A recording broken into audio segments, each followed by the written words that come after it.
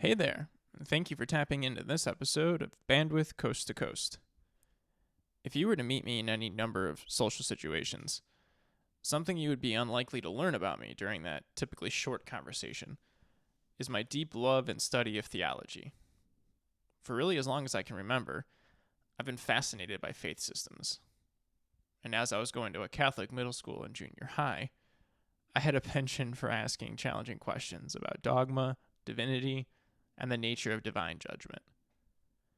This is all the while I'm checking out books from the library about Buddhism, reading The Art of War, and having long chats with a Buddhist monk that also frequented the same library. Before that, it was Greek mythology, and before that, it was Egyptian history and mysticism. Now, to be clear, I'm not a religious person of any kind. I find difficulty in appreciating dogma of any kind. I dislike zealot behavior and the chaotic suffering that frequently ensues. But some of the deepest, most enjoyable, and profoundly impacting conversations I've had are with people who are either religious ministers of some kind or people of deep faith. Why is that? Well, it might have something to do with my interest in what we are as beings, how we can transcend our base attributes, to say nothing of my deep regard for morality and moral systems. Religious thought is filled with riddles and ideas about how to get there, and I'm deeply indebted to theologians for many of my first principles. Like, for instance, if we were to spend enough time in a philosophical debate, I'm sure to have quoted Jesus several times, and find a lot of comfort these days in a quote of his about how we should be in the world, but not of it. And through the pursuit of a similar end, there tends to be a lot of overlapping interest between my personal pursuit and those of religious devotion. Perhaps that's why the conversation with my returning guest is so rich and dynamic. Having enjoyed her book and the interview we had previously, I asked Dr. Stewart to come back and have a free-flowing conversation with me. We talk about one of my favorite thoughts, if Jesus was Christ, along with questions if social media movements could be religion, where do we go as beings as we march down the technological path that we're set on, to say nothing about how to adapt to it now. And we end with a bit of a discussion about how we can, as people, transcend all of it. And without further ado, here's my conversation with Emory Professor of Theology and author of Black Women, Black Love, Dr. Dianne Stewart. Enjoy.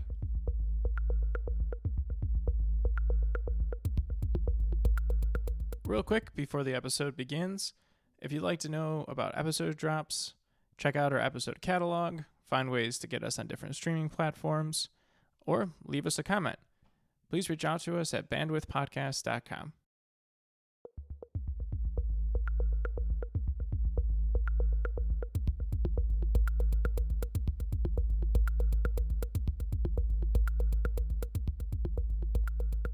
Okay, well, thank you so much for taking the time with me. So I ask a question when someone's a first-time guest, which is, what do you do that makes you happy? And for a second one, I usually have a different question of, what have you done this week to make you happy? But I want to ask you something a little different. And it's ironic that I just found out that your husband is a musician, because I wanted to ask you, what type of music do you listen to that makes you happy? Oh, it's a great question. I love music.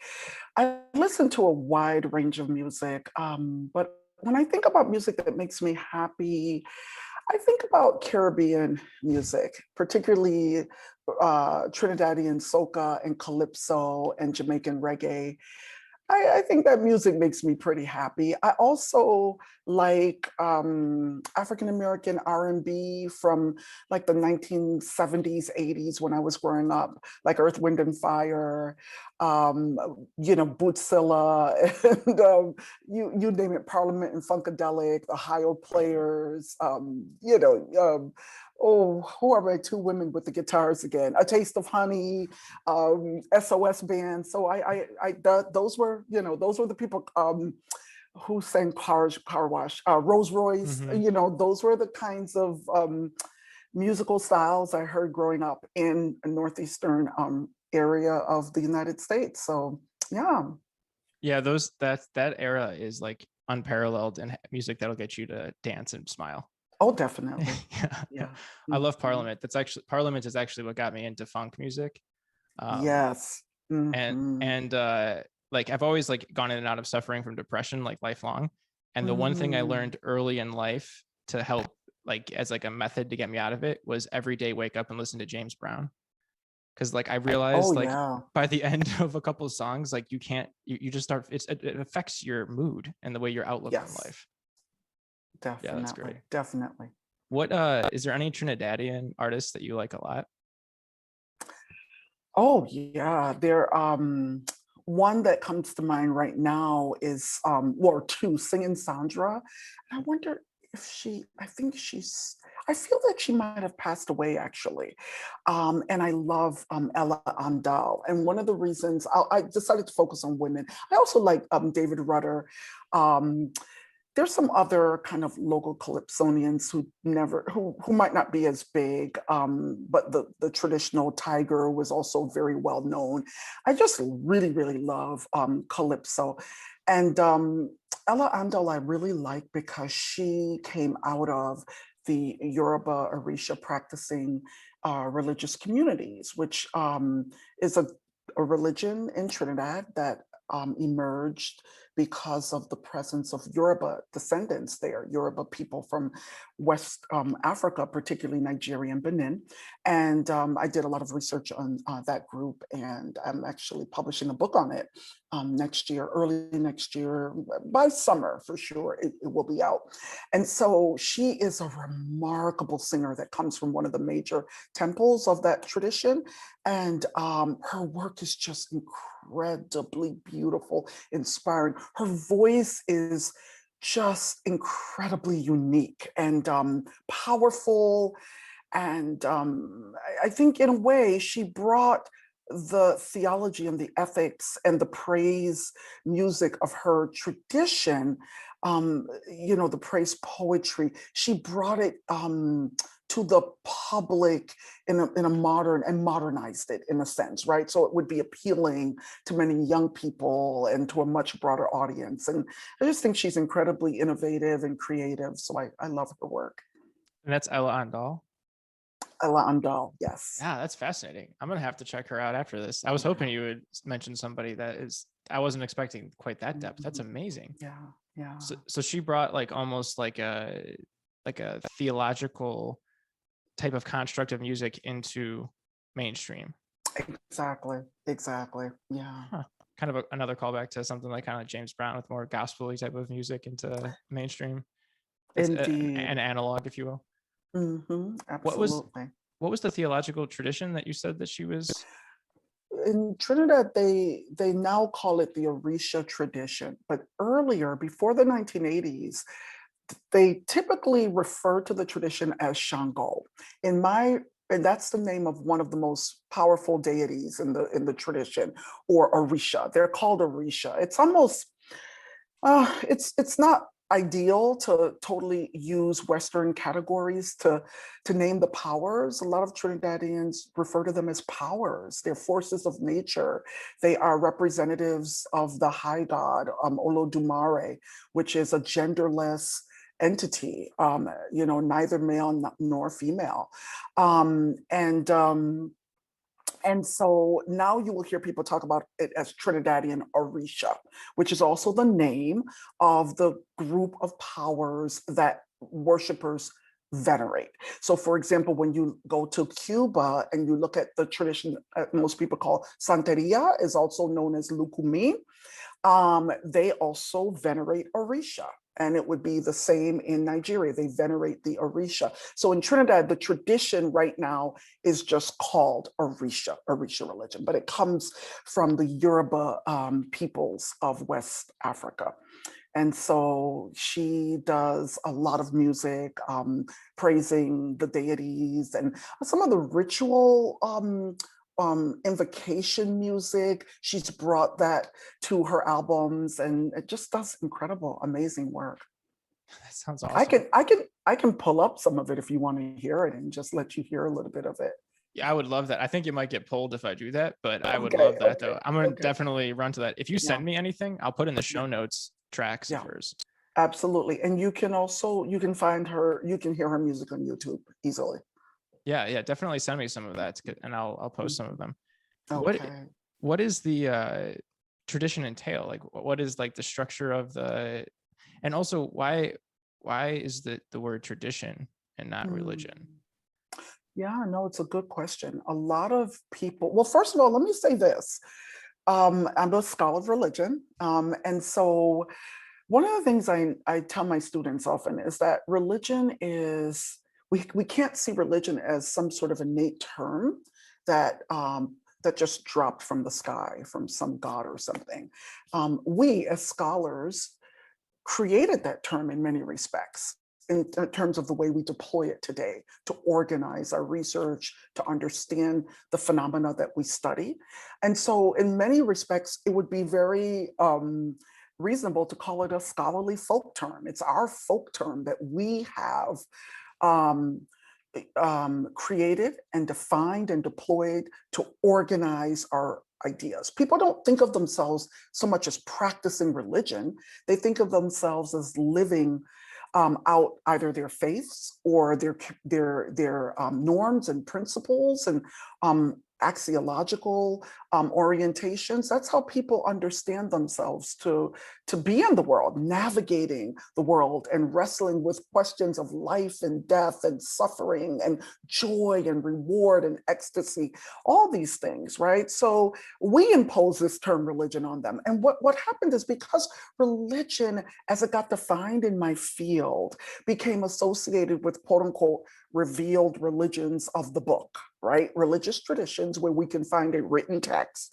and monotheistic religions, especially. And there became a kind of hierarchy, a stratification of religions where quote unquote nature religions or religions that would be associated with indigenous populations were always seen at the bottom as the base. And in many respects, might not have even been seen as religions from some people. So many of them say, yeah, you're right. We're not this monotheistic, institutional, church-oriented tradition. We have ways of life.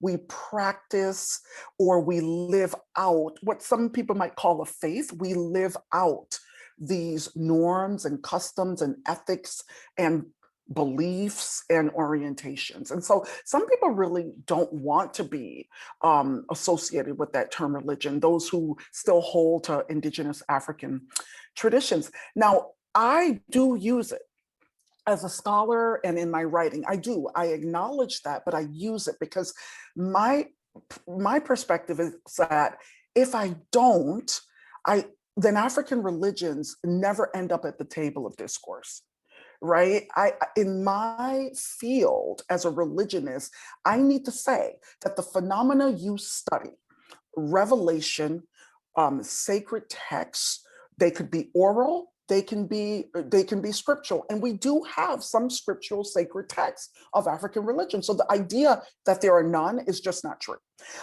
But all of the sacred texts, for the most part, began as oral traditions, right? So when we're talking about whether it's some sort of revelation, whether that's in scripture or other ways that revelation occurs, um, some sort of worship life or prayer life or some sort of a communal ritual, these traditions have that, right? Some idea of powers that are invisible, these traditions have that. All the things, all these phenomena that we associate with the monotheistic religions, they have that. But they also have insight into how human beings um, have come to navigate the world and wisdoms and prescriptions for how to do that. And how to do that in a way that I think are much more environmentally um, conscientious, much more conscientious of other forms of life than many Christian and other monotheistic traditions have become today. And so, all the more reason I think that they have something to contribute to the solving of problems that we humans create in the world. Um, and other problems that we experience in this world. So for me, it's important to say these are religious traditions that need to be at the table of discourse. But I acknowledge and recognize the limitations of religion as an analytic lens or category that we as scholars use to organize our research and our ideas about the phenomena we study. What an incredibly insightful way to put everything that you just said. That was, there's so many things I would love to touch upon with that. I think that's a really, because one of the questions I wanted to ask you was how would you define religion? So I'm glad that we kind of fell into that as a scholarly term, in order to way to like define. One of the things I think is interesting in kind of the time that we look left and right now is how much terms take on a life of their own, which they do. That's just how language works. But because of the buildup of, I'm going to use progress in quotes because I'm using it in like a scholarly way, perhaps, where the progress as we've defined it through the Industrial Revolution. Because I mean, on the lens of, you know, human innovation, it's been progress. But I think if you look at other dimensions, it hasn't been very progressive. And if you look at it from that lens, words like religion, we think they inherently come with so much baggage that we often forget what it means. And I think talking about how religion is something that we impose upon something that looks just like our cultural practice that we came through, which is interesting. Also, it's interesting because, you know, Christianity as a tradition or a practice or what have you was mostly oral for a long time. And it wasn't until it got to Alexandria, in which it hit a university system, like the original university system, that it started getting documented. And then once it was documented, it started getting put into pamphlets, and those would get moved around. And all of a sudden, the tradition of writing things down that led up to Nicaea and what you take it from there is really unique to the culture in which it existed in, where, you know, perhaps if, you know, means of writing existed, you know, and that type of cultural practice, we could have saw more like that. Like we certainly see it in Asia and China, you know, the region that China is now, with Confucianism, Taoism, legalism, all of those kind of came with a very similar emergent track as what we were talking about with Christianity. So that's really fascinating. Indeed. If you had anything to say there, you can go ahead. I didn't want to cut you off. Well, it's just interesting because one of the reasons that my field even emerged, and in a way I straddle two fields. You know, I was specifically trained as a Christian theologian, particularly post-Enlightenment Christian theology, with an emphasis on global liberation theologies and special emphasis on Black and womanist and Caribbean theologies. And so that's one area, but I also straddle religious studies, and religious studies, it really does grow out of theology in many respects. The earliest scholars of religion were theologians, philologists, and anthropologists, and they were theologians turned phenomenologists. And what's really interesting about what you just said is one of the reasons the field really emerged out of this study of philology is because Europeans were exploring and going into different regions of the world and encountering, in parts of what we would call now South Asia, encountering scripts, religious scripts written by people they were not Christian. Well, they have writing, so they must be developed in some way. What does this mean? And they have all these different ideas, and we have, but yet they're polytheists. And what does all of this mean? And so literally that was one branch of the founding of the field of religious studies, trying to figure out how these European men, as they were, should relate to these others that they were encountering that seemed to throw off their understanding of them and their religiousness in relationship to the rest of the world. So it's a very, what you're saying is very important. It's absolutely true. Yeah, that's interesting. So there was two questions, and I'll ask the second one when I was found the question in the conversation. There's two questions that I held back from asking you last time. That when I told my wife after I talked with you, I was really looking forward to talking to you last time. She's like, you got to just do it. So one of them, I'm going to reframe it. Do you think that Jesus saw himself as Christ? Oh, absolutely not. Absolutely not. And I'll say why. Now, if you're asking, do I think that he saw himself as the Messiah? I mean, that might be maybe a better word to use. And it's interesting. Now, it's been a long time since I've done biblical studies, but boy, I did quite a bit of biblical studies when I was in graduate school, and I loved it. It was just absolutely incredible and fascinating. It was my favorite area, believe it or not, even though I focused on theology.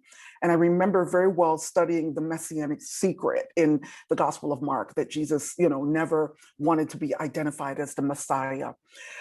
So, okay, so there are interesting ways to look at this. There's a liberal theologian, Adolf von Harnack, from the 19th, early 20th century, who who says of the Gospels, and I agree with this, I really do like this analysis, that they are not eyewitness accounts of Jesus's activities. They are evangelical documents. We often think of evangelicalism as it's risen, post the period of the Bible, but in a sense, they are evangelical documents written from people who were not witnesses to what Jesus was doing, but had received the oral tradition of what Jesus was doing, and eventually decided to write them down as they were trying to persuade particular communities experiencing particular socio-historic, cultural, economic, spiritual experiences, to take hold of this quote unquote good news, right? So when I think about whether or not I believe Jesus thought he was the Messiah, I'm still going to say no. I'm still going to say no. I don't think so. I'm not saying I know so, but I'm going to tell you I don't think so. And this gives you an idea of how uneasy it is for scholars in this field. And I'm not a specialist. You should bring a biblical scholar on, and I can give you the names of quite a few that you could talk to. But I'm still going to say no, because what I think Jesus was a Hebrew man of deep, deep, deep consciousness about how human beings should orient themselves, and perhaps they reorient themselves in his culture to the divine, to Yahweh, to the God of his people, in such a way that attended to the poor, the marginalized, the unheard, the suffering. I really believe that was Jesus's mission. I really do believe that it was fundamentally a mission to his people, and that people named him the Messiah. And he, there's this so-called secret about it, and he would say things like, "Your faith has made you whole." He would never attribute certain powers to himself, but perhaps power in the faith relationship between people and Yahweh, right? People and their God. And so I think he had deep, deep, profound God consciousness, to use, a contemporary, an English word, God consciousness. Um, I think he had a very powerful and destabilizing mission. He upset certain kinds of social arrangements and status quo, behaviors and practices, um, and did that in a way that wasn't about, kind of revolutionary revolt, but still did that kind of work. And so I'm going to say no. I think what happened, JR, was that after his death, his followers were they were destroyed. They were flabbergasted. They were, I think, different ones, probably had different beliefs about him as he was living and moving toward death, following him in this movement. And I think that they didn't know how to cope. How do we cope with the fact that the man that we believe is the Messiah, the person who's going to say, how do we cope with what to do now? And so we begin to get the emergence of a theological perspective, a believing community that then grows through the apostolic work of someone like Paul. And I think that, I often say to my students, Jesus was not a Christian, he was a Hebrew. And if he's looking at what Christian churches are doing now, let's say he's looking like as an anthropologist, he's like, wow, that's interesting. That's bizarre. I also have to remind my students that he wasn't a white Hebrew. He wasn't a white Hebrew. He was a brown man in some regard. And so he's thinking, how strange. What is that flat wafer thing that they're eating? Or what is that piece of bread, right? He grew up in a community where people took animals to the temple to sacrifice, right? It's a totally different religion. And what's so interesting when you think about this comparatively, think about comparative theology, religion, when you look at the religious culture of the Hebrew people in the Bible, even Jesus had a Last Supper. How did they have that supper? They had to sacrifice a lamb. They had to do something to have that supper, right? So even people like to separate, well, that's Old Testament. Now we're in the New Testament. Jesus was still living in the time when sacrificing animals at the temple was very normative, and it was his religious culture. And so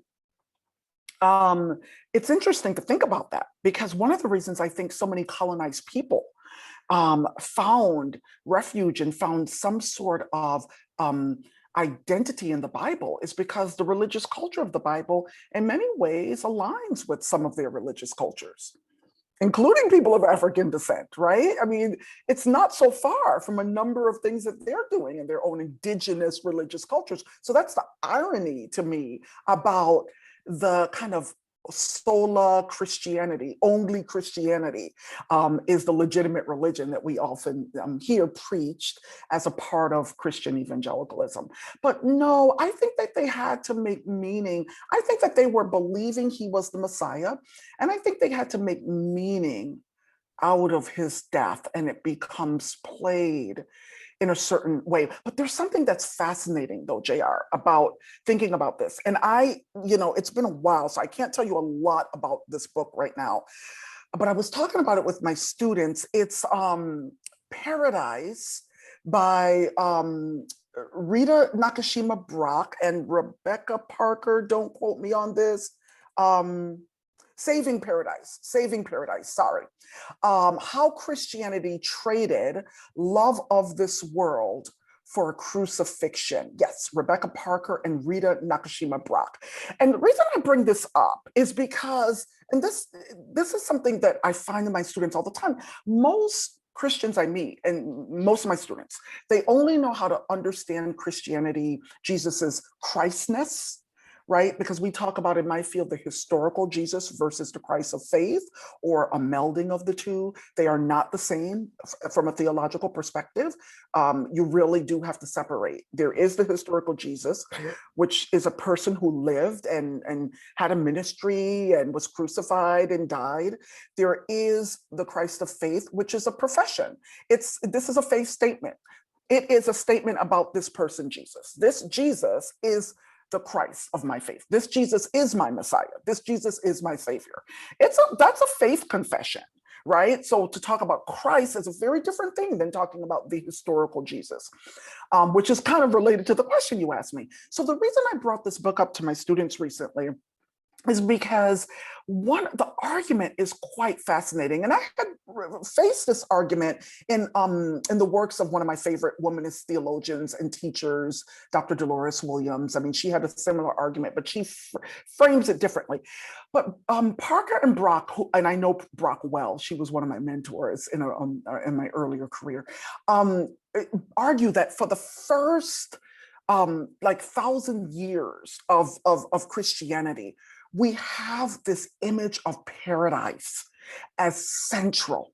It's in the art, it's in the teachings, it's everywhere. There's barely any kind of emphasis on the crucifixion, which is what gets us to this Christ of faith, right? It's what gets us to the Messiah role. right? That he's resurrected as Messiah. Jesus saves us through that death, right? And that resurrection is proof that there is salvation, there is life after death, right? So Brock and Parker argue that we really get this emphasis on the crucifixion once we get to the Crusades. And we often forget, because of the last 1,000 years of history, we often forget, or 700, 800 years of history, that Christianity is not a European, Euro-Western religion. It's not a white religion. It was a conquering religion in Europe. It destabilized the indigenous religions of Europe. We have hundreds of years of the persecution of traditional healers and doctors that people would call witches or what have you, and wizards, and through the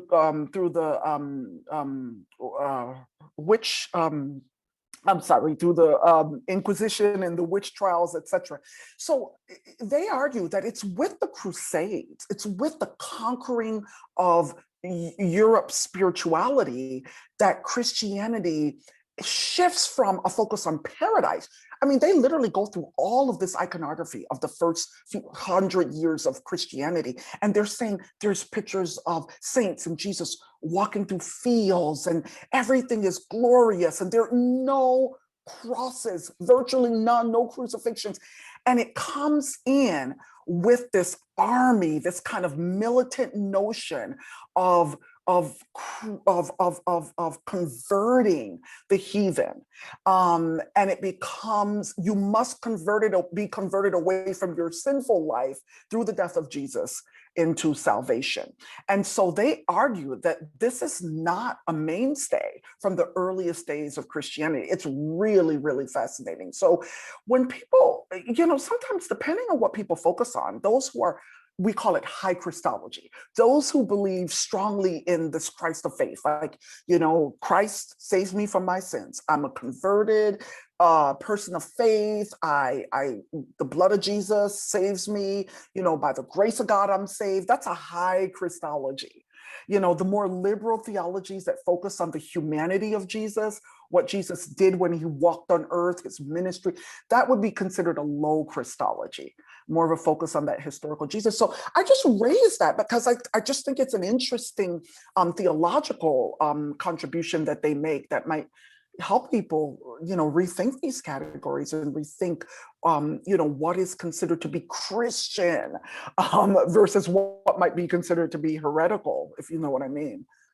Yeah, definitely.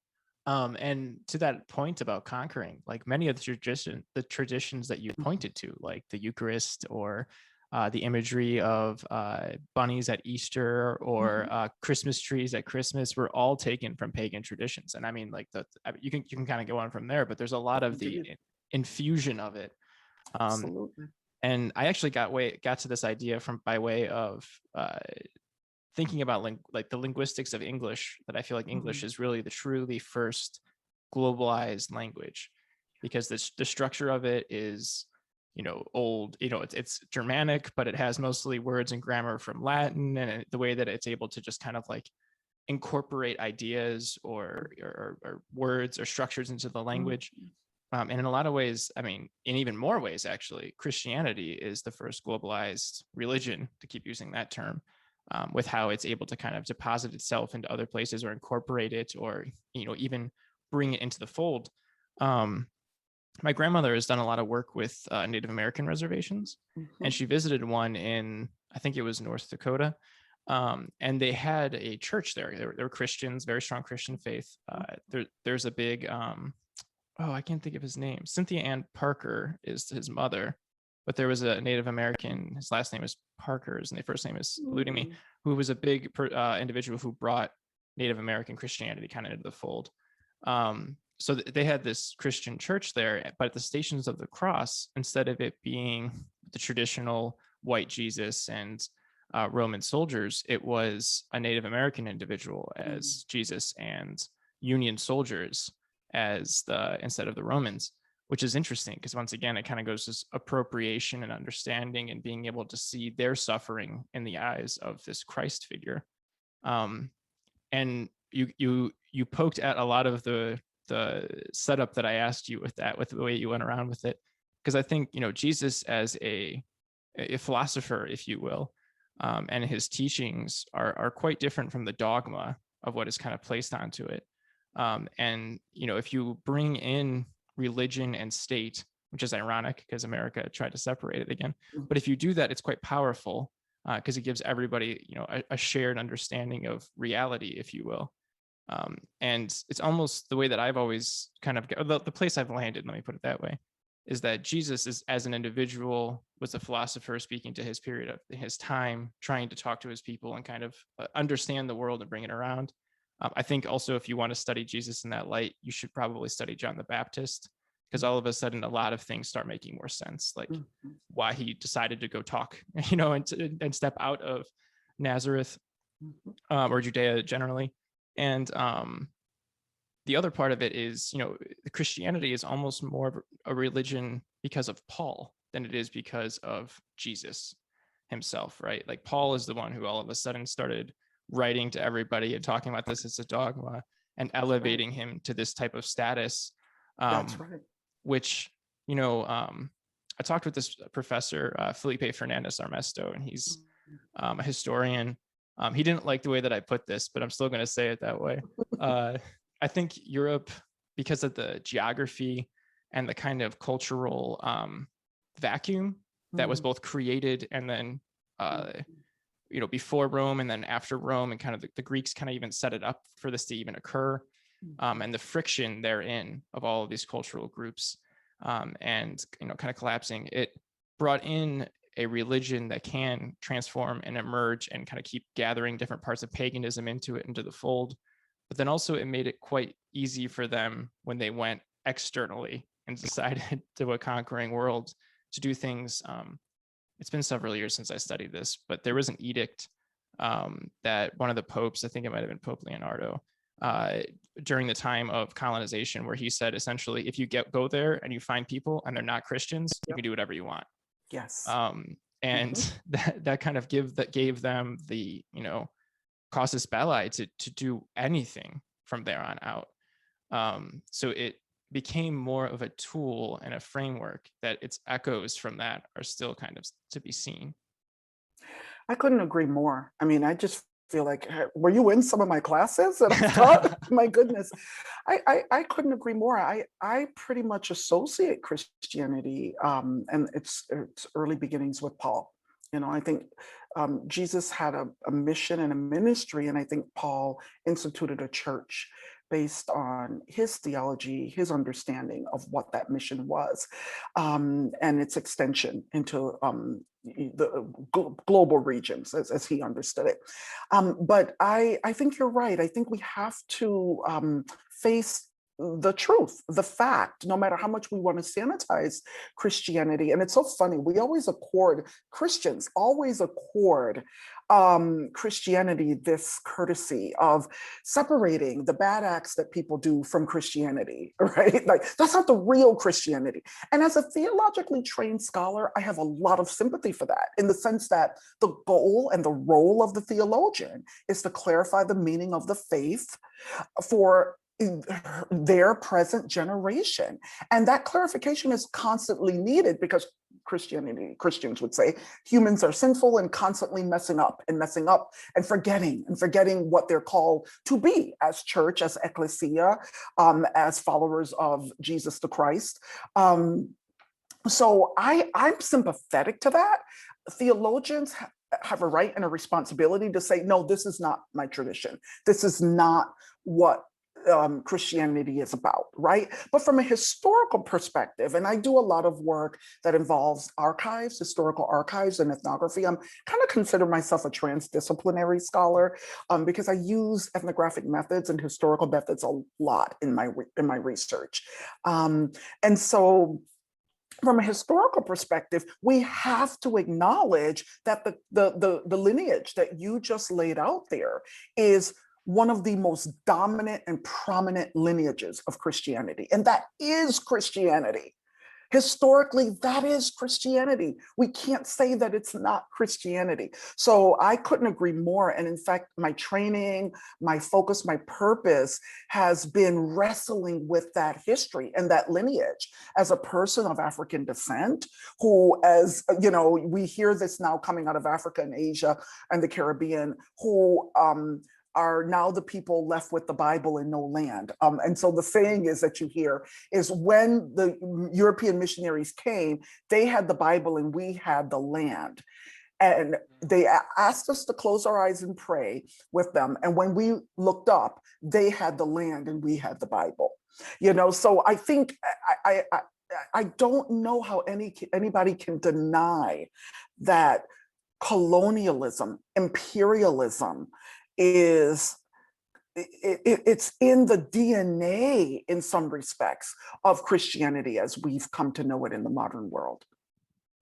Yeah, there's an underground rapper. I don't know how underground he is these days anymore, but he has his album. It's a EP, I think. There's a track on it. It's called like The Third World. It's a great song. He's kind of vulgar, but it's, if you get past that as poetry, I'm sure you would still very much enjoy it.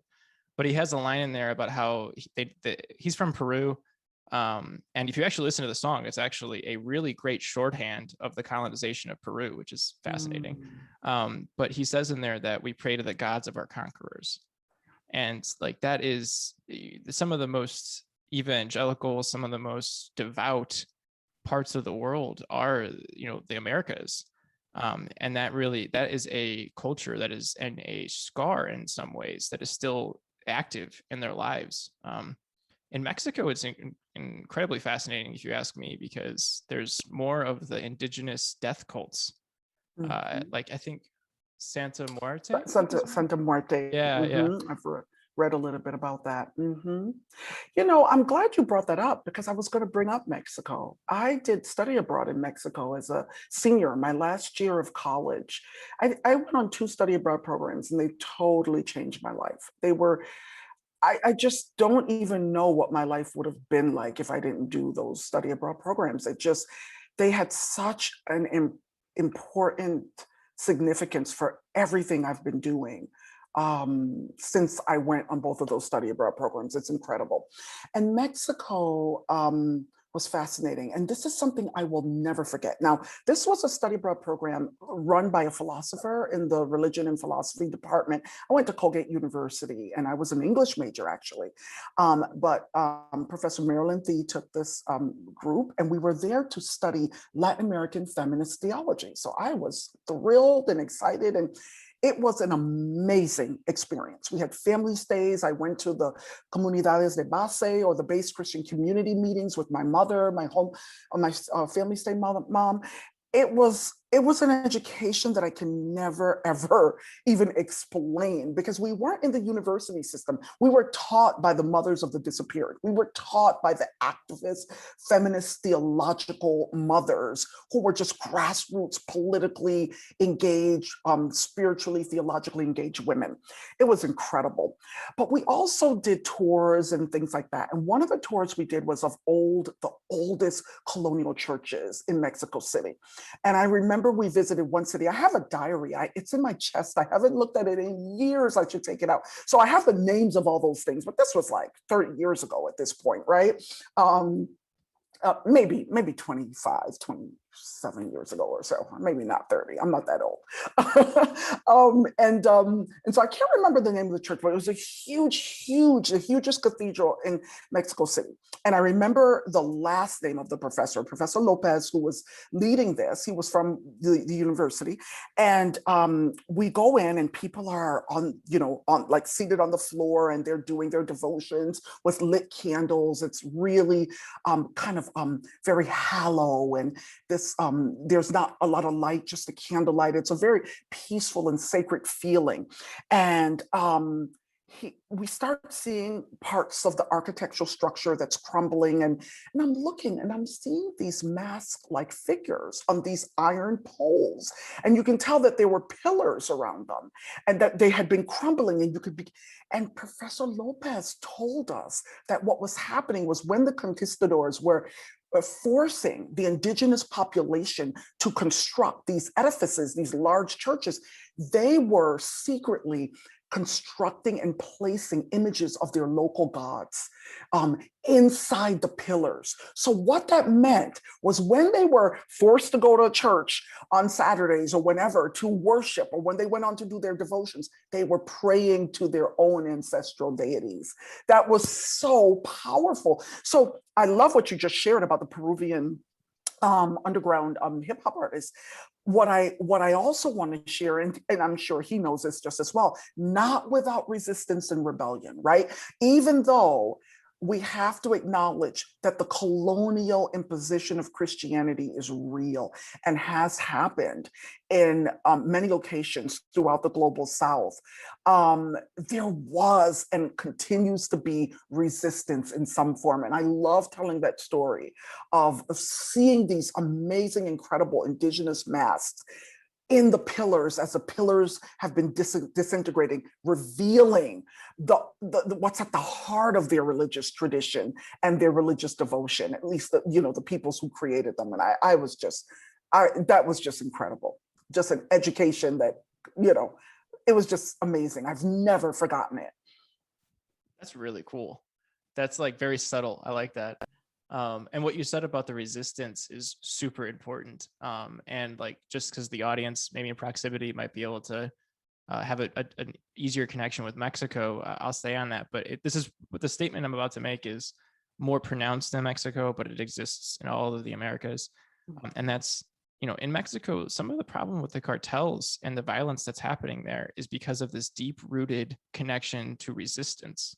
And the resistance originally, like the people who were like the bandits and they actually called them insurgents that got Mexico independence from Spain, is very reminiscent to the cartels now, as well as the spiritual resistance. That's why you see so much of the cartels and death cults, like Sinaloa is a great example, where they have this death cult that has arisen within the culture of the cartel, and then is now in the proximity of the families, or what have you, because once again it goes back to that resistance and this culture that has been constantly persecuted in one way or the other. And in some ways now, the government of Mexico is just the newest status quo in this long series of acts that keep the song that doesn't end, in a way. It's a very nuanced analysis that you're bringing, and it's so important because what we often see, right? We often see and are socialized to accommodate the norms of a society as it's been constructed by the winners, by the rulers. And what will happen, and we see this with the rise of so-called gangs, they're families. They're families that love one another, right? Or people who've been ostracized from the approved families that those who rule society establish, who've been ostracized from the love of families. They find them in gangs. So it's really, I think what you're saying is really important, because any phenomenon that we study, we can look at it as antisocial, but we have to ask ourselves, how might it be still providing for the needs, the basic needs and desires of human beings? How might it be doing that when a society locks them out of resources that they could and should have? So that's a really, really great point, because even though there's a way that the formation of these kinds of groups and units tend to wreak havoc on their own people, because those are the people that they have access to. The people who are the real enemies, the people who are holding them down and are oppressing them, they have bodyguards, they have buildings, they have all kinds of protection. They can't get to them. And so let's face it, people usually construct intimate violence and other kinds of violence against the people that they know well. It's almost like I am mimicking, right? When you look at the cartels, or you look at gangs, or I am mimicking the ethics, the organization, the behavior of the wider society. They sanitize it, they normalize it, they make it acceptable there. But I am mimicking those things in the arenas that society has carved out where I can mimic them. I am literally mimicking your values. I am putting your values to play at work, but I'm doing it within a context where I have been allowed to do it. This is the only context in which I can do it, the non-approved context, the somewhat antisocial context. And yet we never raised a question about how normative society, how approved institutions of society might be also producing a kind of antisocial reality as well. So I truly appreciate your analysis. And it's interesting. I've read a little bit about Santa Muerte, not in a while though, but when I think of it, when I think of of what was what happens and what goes on in this tradition, we see similar kinds of phenomena among people who are suffering, who are struggling with deprivation, people who are treading a line between survival and vulnerability to impending death, right? To death, where death is like on their heels, whether it's because of drug activity or whether it's because they're just Black in an anti-Black world, for example, or they're Mexican in an anti-brown world, or Mexican American in an anti-brown world. That somehow people are going to, in my field, sometimes they say people make gods as much as gods make people.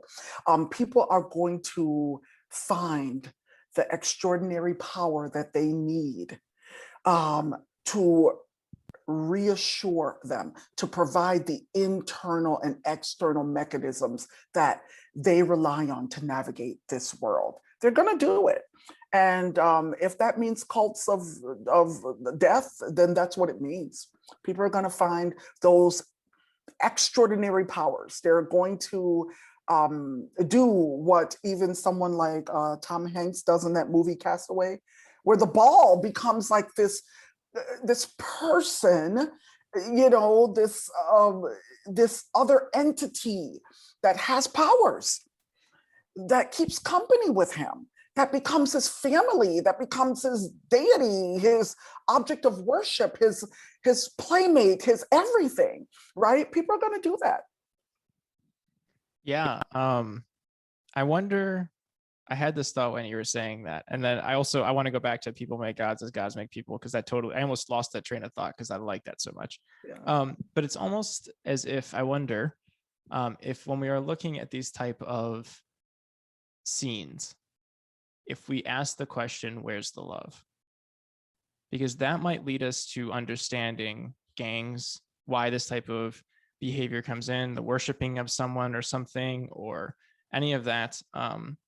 And I think your point about reflection and how gangs are often a reflection of the environment in which they're in and the impression that they're in is so spot on. Because I mean, like, we like to think that gangs are chaotic, even like street gangs in Chicago. Well, I think street gangs in inner cities is a little different just because of the youth, the young, the fracturing of how many gangs there are and how young people are. It's the different culture has emerged. But typically, like, organized crime, if we want to use that label, is incredibly efficient. Like, if you really start diving in, like, they have, I mean, to the point where they will, like, encourage people to go to the military, and they will, like, help, there would be some type of feedback and guidance as to, no, you shouldn't go for that type of job. You should go for this type of job because you'll get this type of training that we could use. And then when you get out, you can come back in and you'll do this, down to like fiduciary means of efficiency. Wow. Like, it is, or even the way they look at commodities. Like, Yoan Grillo, I've had him on the podcast as well. He has impeccable books about the Mexican cartels. And he really goes into a lot of the economics of it, of even the economics of murder and murder for hire. And like, some of these hitmen and how, the type of ethos and religion they take on, because they know they're only going to live, a short life of access. So they kind of accept it, that they know that their, time is going to come someday. And all of it that kind of comes out of it is, I wonder now, and this is something I'm going to try to apply, is asking, where is the love? Because, a lot of these people are destitute. Even people who end up, going and killing somebody sometimes even just $20 depending on the location. They're doing it because they are, suffering, they are, forgotten about, and there's a cheapness to the life around them. There's a That's right. cheapness to the love, that all of a sudden it starts making those type of things to us or to more stable or more comforted individuals as extreme. But if you try to look at the spectrum and the bounds in which they're playing in, they're grasping for love, even though they're That's reaching right. for a pistol. Yeah, well said. I'll just say, amen. I couldn't agree more. It can seem sappy, it can seem idealistic, but in reality, I mean, love is essential for us to survive. It just is, and for us to live in a way that's not predatory and non-aggressive. And I tell you, I've been thinking about this for quite a while, and I've been thinking about this in part because of my study of religion, but I also have a real interest in kind of archaeology and archaeological biology, and I just have an interest in like early forms of humanity and what human beings were doing and evolution, and I just have an interest in that. Not that I read widely in it, but anything that comes on the television that will really, like a real very well informed kind of show or documentary, I watch it. I try to read little articles here and there, kind of layperson's articles. I'm not trying to read like major scholarly articles and this stuff, but I did do a little dabbling around in cognitive science of religion as well, a field that I really find fascinating, find interesting.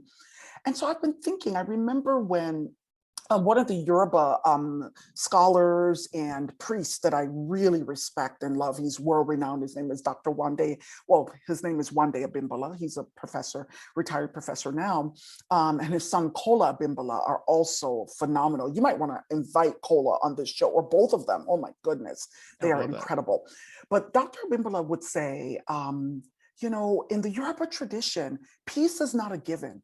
Peace is not spread out like a mat. You have to actually work for peace. He says chaos is the order of the day. And he says, when you step out of your car, you are literally killing like 50 ants right there. Literally killing 50 ants. And literally, JR, from the how do I keep weeds out of my lawn to stepping out of my car and killing 50 ants, I just, it's not some great observation. We all know this, but I just kind of came to say to myself some years ago, life is predatory. It just is. It's predatory. You watch these shows about the animal kingdom and just see how they seek their prey, and it is predatory. You look at issues of sexual violation of one another, just predatory.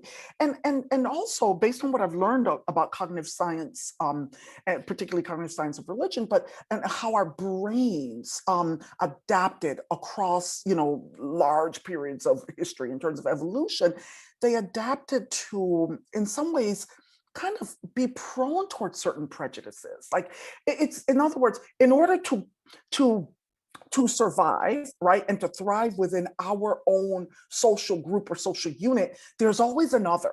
There's always an enemy, because if it, first of all, the enemy could be a huge animal that if you can't fly away quickly enough, you could be dinner, right? You could be dead. So it's a survival mechanism in many respects, but it has led to certain ways that our brain functions. And I sometimes wonder, it just seems like prejudice and the construction of us them, me or myself and I and the other, um as kind of enemy, as someone to be suspicious of. It seems as if it's built into the hardwiring of our brain in terms of our need to survive. So we already are at a disadvantage for those of us who have idealistic understandings of how to kind of unite humanity and how to create balance and fairness and equilibrium in human relationships. We're working against we're always somehow rallying ourselves in social groups because we survive as groups. We're social animals. We need the comfort and the company that's part of love of others to survive. Look at, Tom Hanks again on Castaway. I got to create another person because I can't live alone. I can't be alone. So I think that we're already facing an uphill battle. So I think you're right. If we don't talk about it, if we don't reflect on it, if we don't practice it, these technologies of love that womanist scholar Lily Mapayan talks about, if we don't focus on this and ask this question everywhere where we see harm and injury and what we would consider to be antisocial behavior and structures, if we don't ask that question, we're not going to solve it. We're not. I fundamentally agree. But then love has to be also structured in the systems and arrangements that govern our lives. It has to be structured. And the question is, how do we do that? How do we structure love in that way? Yeah. So I couldn't agree with you more. I'm really excited to where this went. I wasn't expecting to go here. Okay. So there's so much that I like of what you just said. I think it is I'm going to make an assertion. I don't have any type of education, so I'm just going to I can do things like this, especially in today's age. So I think it's a fact that we are hardwired for exactly what you just said. Because, if you look at it from you could use the word evolution, but I feel like there's too much baggage with that. If you look at emergent reality, it's an absolute fact that we needed to create others at first because of the natural world around us.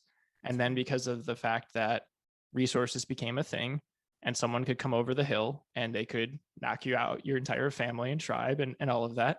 I think that's a fact. I think our hardwired nature is to be that way. I think it emerges in interesting ways, especially when it comes to how we are programmed in a way of our knee-jerk reactions and things. I think we're hardwired for prejudice. I think we are. I think, and I think that's something we need to think about because I like what you said about chaos is order. Yeah. And I think the world of reality is chaos. And I think, once again, if you look at the way the emergent reality of our eyes, the world does not look like the way we see it. Like the way we see it is almost like a cartoon. Like the world does not exist like that. The world is molecules and atoms and different wavelengths of light.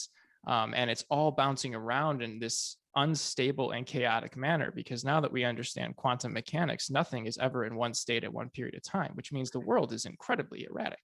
Even, Yes. Birds can see UV rays, but we can't, right? There's a whole different spectrum of things. So our emergent reality was one where it was trimming things away to only what was necessary. And you know what? It's an awfully good shorthand to have prejudice if we're really looking at it. Like, oh, wow, I have no idea what you look like. You look completely different. I should just immediately imagine that you're a threat. Yeah. But I think our job as Homo sapiens, our jobs as beings, and the way that I see it, is I think that we are uniquely suited for transcendence. We can choose how we think. Our hardware is of what we just said. And I think the interesting thing of the emergence of religion in general is that we have chosen to say, if you want to keep on the Christian, tradition, you are an other, but I'm going to try to make another effort to look at you first as a friend. And if you if you prove otherwise, then there are rules and mechanisms in the way that I can associate with you. We are choosing a different way of thinking because our hardwired is different. So we have a different software. And part of what I spend a lot of my free time thinking about is how to transcend that state, which is, once again, like, I love Jesus as a philosopher. I think he's fascinating. When I, in moments of where I just am complete chaos in the world, and I'm like, how the hell did we get to this? How the hell did we get to this situation that we are in so many ways when it comes to the climate and, the spinning out of control of government in the sense of a shared compact with each other. I often try to think of, Jesus's phrase, be in the world, but not of it. Right. And that helps me not hermit away and reject everything and say, like, this is toxic for me. I shouldn't dive into this. I shouldn't watch WWE to see what that is like and what's going on with that world, even though I don't enjoy it or whatever it may Right. be. But it's the point is to actually actively walk into the darkness, actively walk into what scares you, what terrifies you, what disgusts you, and to not let it change you, because you should transcend that moment to understand a further truth or a further understanding, because chaos is order. And Yes. Immanuel Kant's perpetual peace is Mhm. meant to be perpetual. It's meant to be one where we have to constantly rip apart what was there and actively try to keep something in motion. But the hard Yes. thing about it is, how do you get something in motion? It's Yes. very difficult. It's Yes. incredibly difficult. There's another, I like what you had to say there a lot. There's another insight that I take from the recently late scholar of religion, Dr. Charles Long. He was a phenomenon.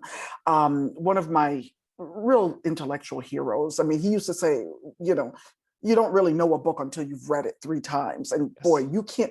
you can't know his book until you've read it 300 times. I highly recommended his book, Significations. It's a collection of his articles.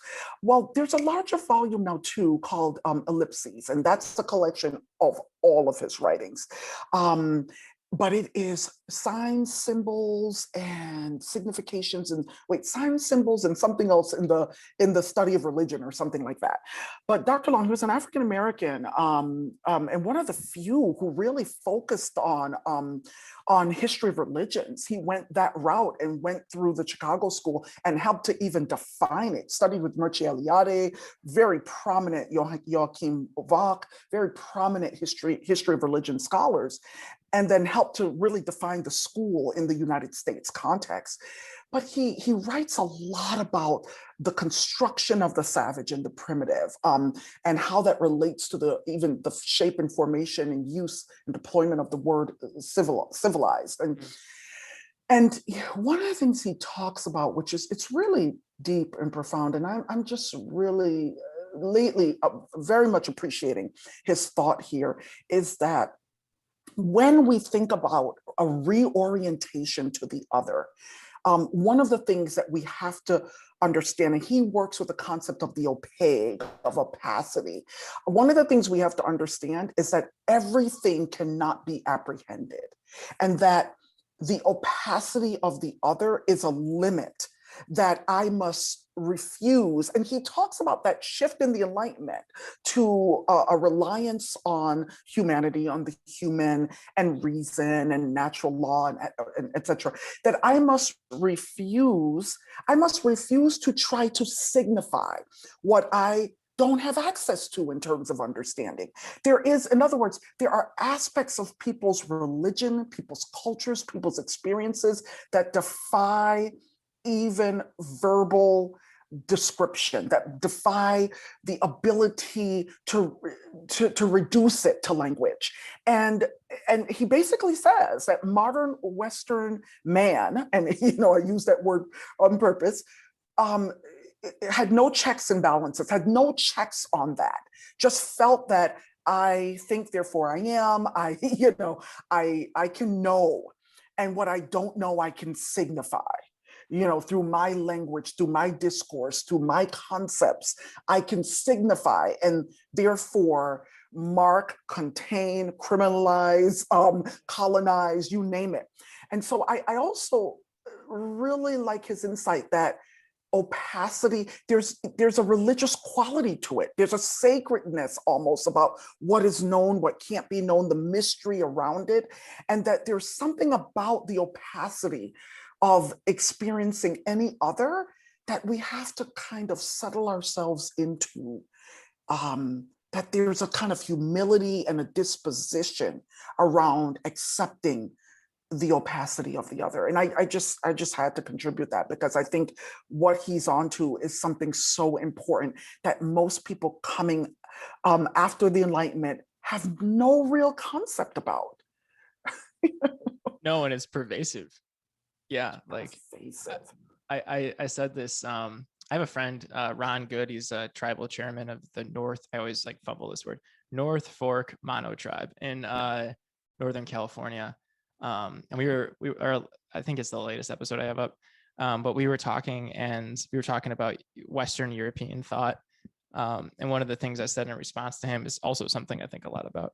And it's that if you are a member of the Western thought and engrossed in it, something to keep in mind is how inherently arrogant it is, Mm. and pervasively arrogant, I Yes, would say. that's exactly that's exactly what he's talking about, and that's why there has to be a certain kind of humility in how we approach the other. Even my own doctoral advisor, Dr. James Cone, who was a brilliant, well-known American theologian, globally well known.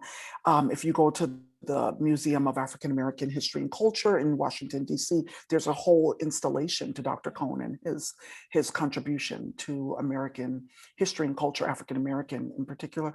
And he would say that the theologian, the biblical interpreter, has to proceed with humility. That theology is a constructive enterprise. It doesn't drop from the sky from any God.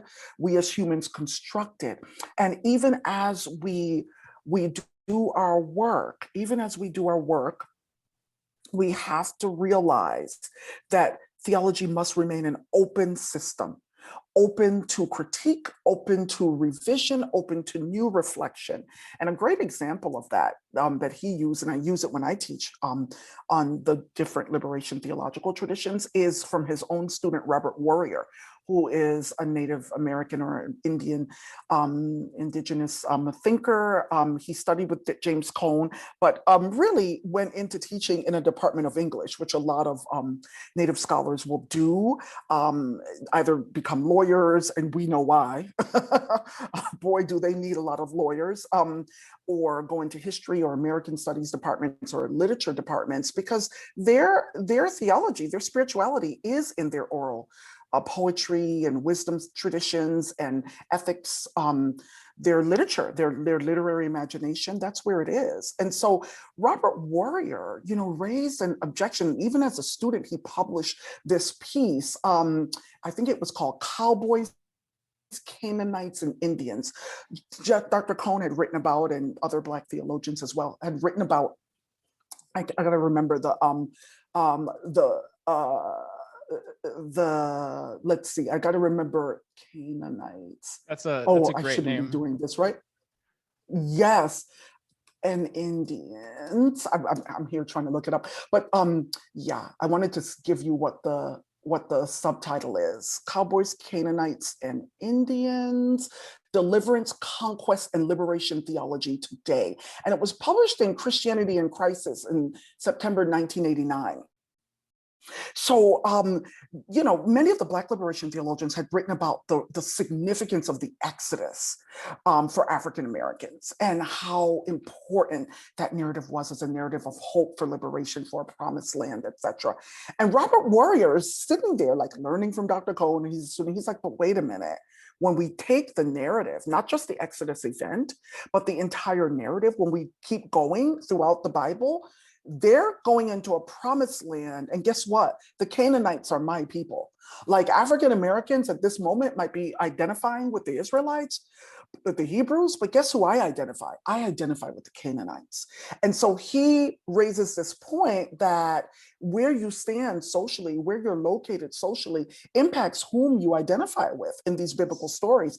And Dr. Cone says, wow, even though Exodus has been important for my people in this way, I can never read that story the same way again after hearing from Robert Warrior.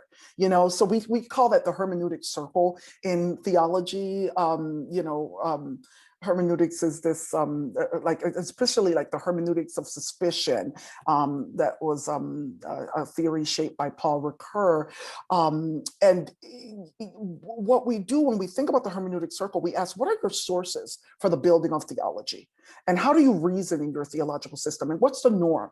What's sine qua non of the system, of what holds it together? If you take it out, it would all fall apart, right? And so Cone says, my hermeneutic circle has just gotten bigger, right? And it will, it can never be the same. So there's a certain kind of humility, even though we might speak with a certain kind of conviction about the prophetic role of theology, you must have enough humility to know that theology has to always be revisited for every time and place and age. So, yeah. Yeah. The last time I was talking to Ron for the podcast, and I think I brought it up with you last time we talked too, is that This Is Water speech by David Foster Wallace. And I think a truth that he says in there, and something you sparked earlier, but I'll bring it up now, is that regardless, like it goes once again to the hardware software thing, where it's almost like we're hardwired for myth and hardwired for storytelling. And I think the way to transcend that is to recognize it, because regardless, you're going to end up worshiping. And then, David Foster Wallace is impeccable example. He says, you're going to worship your own beauty or commodification, or, you're going to find something that you're going to end up worshiping in some type of way that if you took that, to your point, if you took that out, I all of a sudden don't know who I am. And it's something that I think that we should, in this act of transcendence, or to be, the best person we could be, is to almost recognize that and use it in some way. Right. So like I said to Ron, and I perhaps even said to you, is like, I try to look at everything as a connected with love. And it sounds hokey and it sounds, kitschy and cute. And it's the people I play basketball with. It probably surprised them to hear me say that. But it's the truth. And it's not necessarily that I believe in a divinity or I believe in that. I mean, I choose to believe in it. And the reason I do is because it helps me understand the world, and it helps me understand my place in it. And it helps me try to find a connectedness to everything that's around me, because regardless if I like it or not, my consciousness came to be because of a series of emergent events that kind of collapsed and collided together. So in such a way that, how different am I really than anything else I'm looking at? I'm looking out the window to, a beautiful star magnolia tree in my backyard. How different am I truly than that? We both arose from the same set of circumstances and different forks. So it's an act of a choice, because myths or things like that do serve a purpose, and we have to try to be aware of it. It's so interesting that you would say that.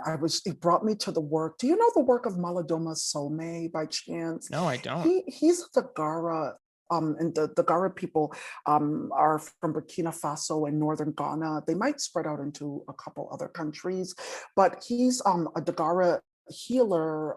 Some people would call him a shaman, priest, religious expert. He writes his first book of Water and the Spirit is a really interesting book. He talks about his journey of being kind of kidnapped by missionaries into the missionary school away from his village, and the kind of abusive and rigid, austere education he received, and he really felt abused by that education, and finds his way back home, and he initiates and becomes an expert. He actually initiates into his indigenous tradition, gaining the secrets and learning the rituals that he needs to heal. And he says his name means he who befriends the other or the stranger.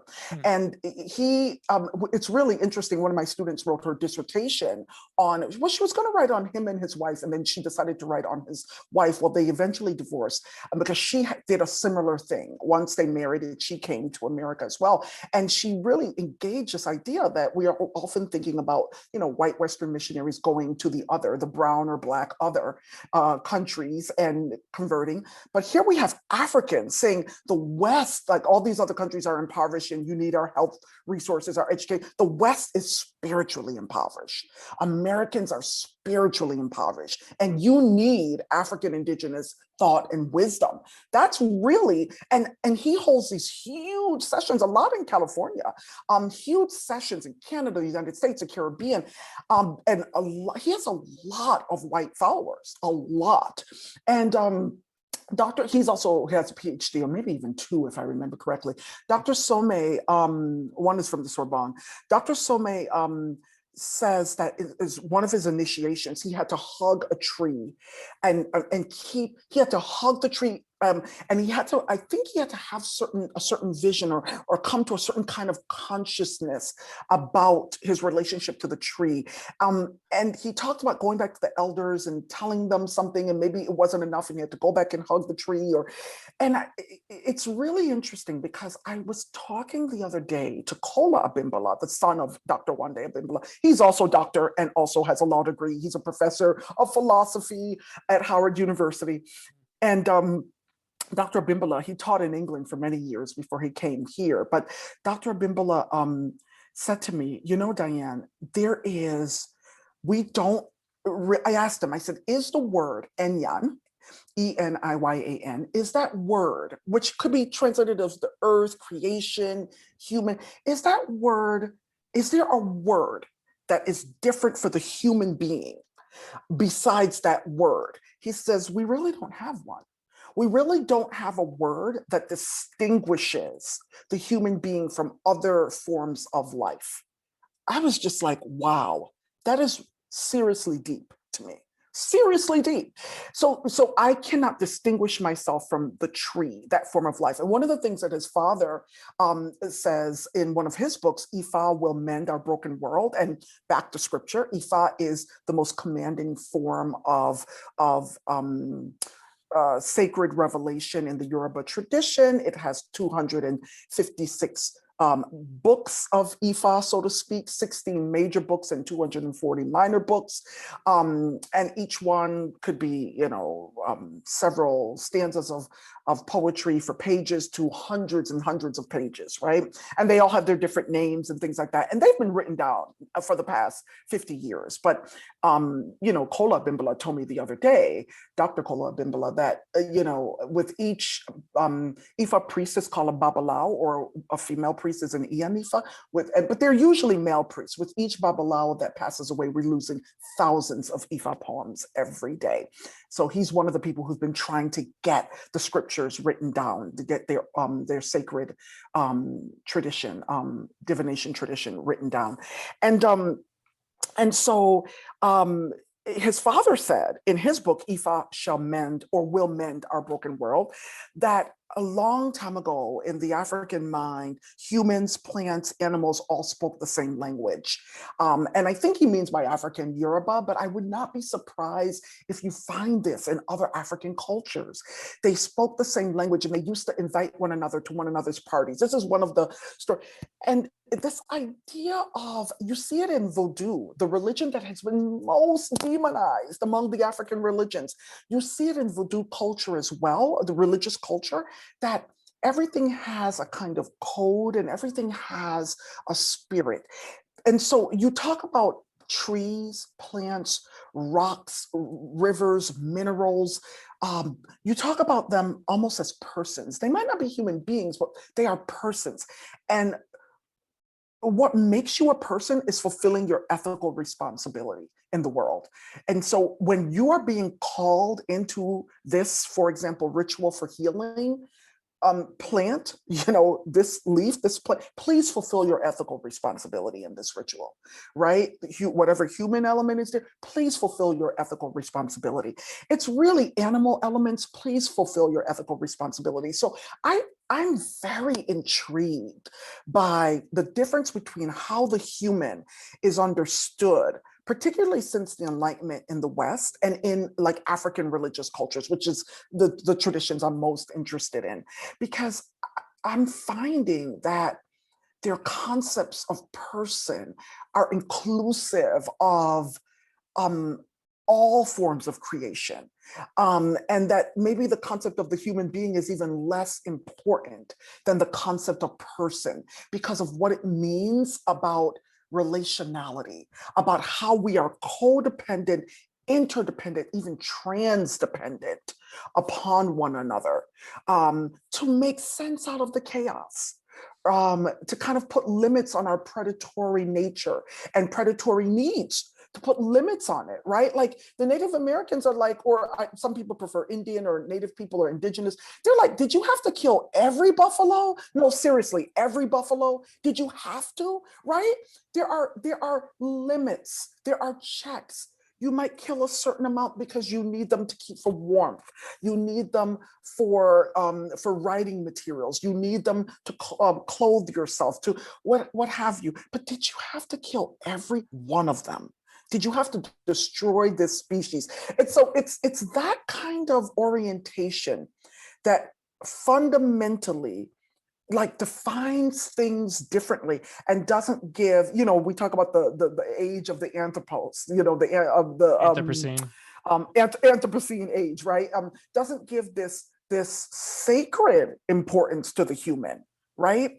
And of course, we have a lot of what we call Afro-pessimist thinkers in my field, in African American studies broadly, that even raise the question about who is the human, and the fact that Black people are not even accorded humanity. Like, they speak of Blacks and non-Blacks, right? Blacks and humans. Like, literally, they argue that Blacks are not even included in the category of humanity in ontology in itself. And it's a pretty darn good argument. It's pretty compelling when they really take it back to the emergence of slavery with the Islamic slave trade incursions in Africa in the 6th and 7th century. And then say it continues with Western slave trade in terms of equating the African / the Black with slave, like innate slavehood. And that they argue that the edifices, the infrastructure of Western reality, as a result of the relationship between Africans, Blacks as slaves, and white men as human, that infrastructure is literally based on anti-Blackness. It's a fascinating read. You might want to invite someone like Frank Wilderson, who writes extensively. He's one of the great Afro-pessimist theorists. You might want to invite him to your show. It's incredible. So yes, so this, I am fascinated by what it means to kind of diminish this prideful sense that that we are different and superior to other forms of being. You're right. We have the ability to reflect on our thoughts and our actions. We have the ability to choose in a way that's beyond instinct, or that there's no doubt about it. But as one day Abimbala says, and then you put a grain of sugar on the table and an ant can smell it from miles away. Right? And we cannot, right? Our intelligences are different, our strengths are different. So we're all needed in this chaotic experience that we find ourselves in. Oh, definitely. And I think perhaps, I bet other animals can reflect back on their thoughts. Because exactly. Aren't they saying like dolphins can, and some definitely. sort of some Yeah. Yes, and some people, it's some animals in the kind, I don't know if it's chimpanzees or I've heard some things, bonobos, that they're bonobos. I think a good example is like orcas. Orcas are actually, we call them killer whales, but they're actually dolphins. And there's certain pods of it that refuse to eat anything other than salmon. They're actually dying off because we're killing all the salmon runs with our dams and rivers, particularly in Washington State, because they have a lot of their electricity is so-called green because it's on hydroelectricity. But it kills salmon, and salmon are specific to the river in which they evolved in. So there's orcas that they can eat, like there's seals everywhere, but they choose not to because they probably have a culture that's around just eating salmon. It's probably a lot more than just taste. So I think that the interesting thing of humans perhaps is the fact that we can act on that because of our anthropology. We have hands. We're in these 5-pointed stance, kind of like the Vitruvian man kind of thing. We can actually interact with our environment and manipulate it in a way that others can't because of the different tools we were given at Go.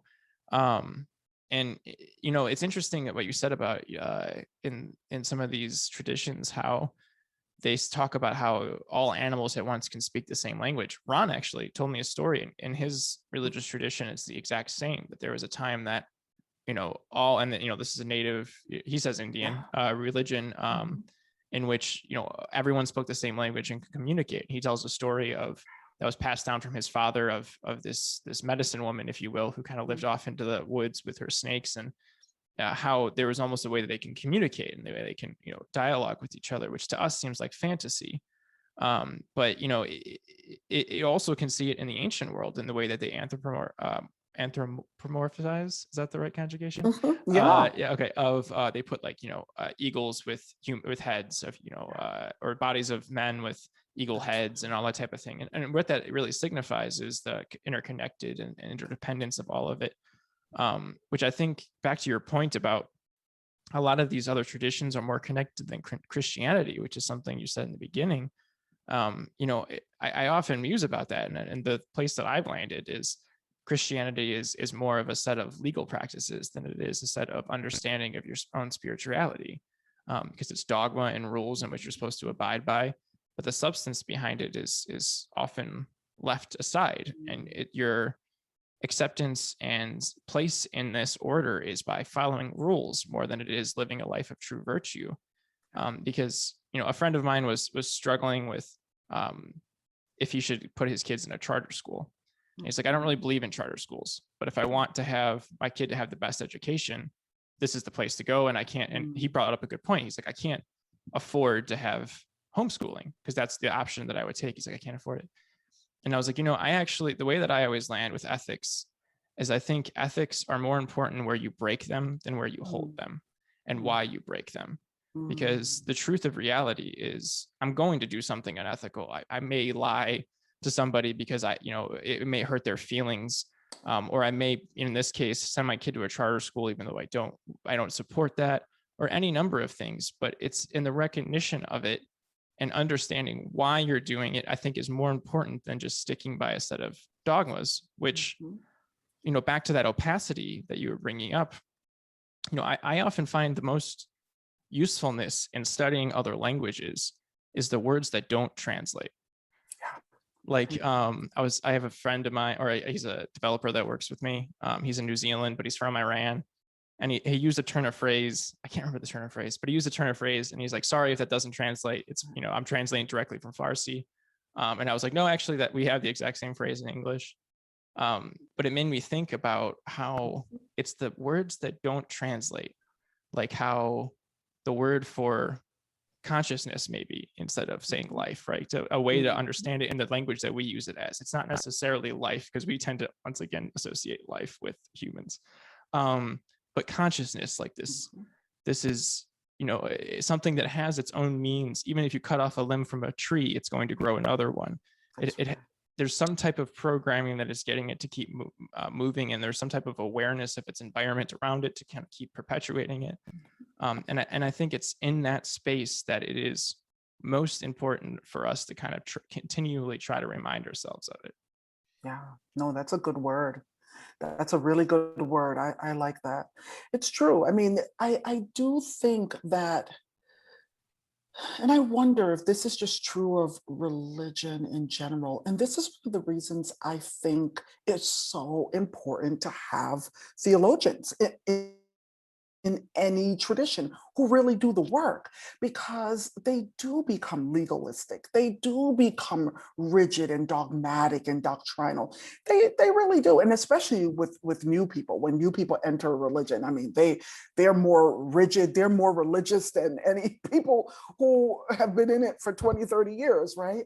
I think you're right. And we often forget about the essence of the rule or the law. It's just the letter of it.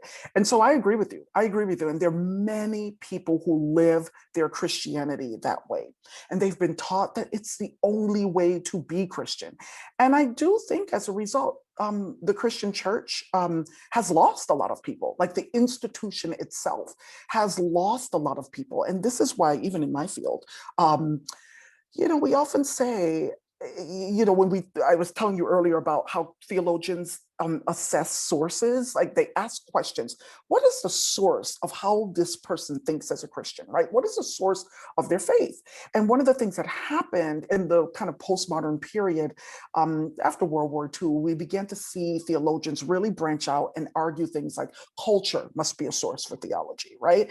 And so one of the things we often talk about in Black theologies and broader theologies is how important the artists are, because they're not limited. They're not confined to a dogmatic system or a set of doctrines, a system that they have to operate within. Um, and their reflections, and that's why some people really like the mystics, their reflections on the divine kind of free us, free theologians to do things that typical theologians don't feel free to do, don't feel free to experiment with. And I always say, like, where's the artist in you? Where's the artist in your faith, in your theology? Because I think that that's what God actually gives us permission to do and be, to be artists, to be creative, to be innovative, to be thinkers, but thinkers who reflect and express in a way that impact people affectively. And and so, yeah, I couldn't agree with you more. I couldn't agree with you more. And it's funny, JR, because I grew up, I might have talked about this the last time. I grew up with a dad, Alice Walker talks about her mother's garden. For me, it's my father's garden. I grew up with a dad. Both of my parents grew up in rural Jamaica, rural areas of Jamaica, which is a lot of Jamaica. But my mom was like, she was not into like farming or anything. Her father was a pretty big farmer, actually. But she was just like, oh no, I'm going to school. I don't want to be a farmer.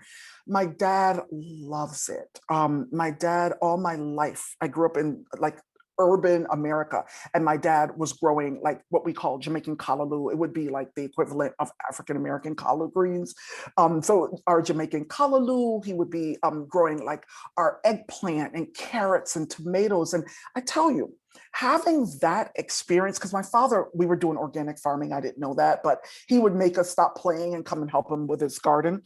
And having that experience really, that's where I feel like I came to know the divine, like being in his garden, like seeing the color come into the fruit and vegetables. Like, I know that there are scientific ways to explain it. I know that, I get that, but that's not how I experience it. I experience it as something kind of mysterious and miraculous, and even with the scientific theories, there's got to be a force. There's got to be a first principle. There's got to be some sort of creative force out there. And so I see that force as artist. I see that force as creator.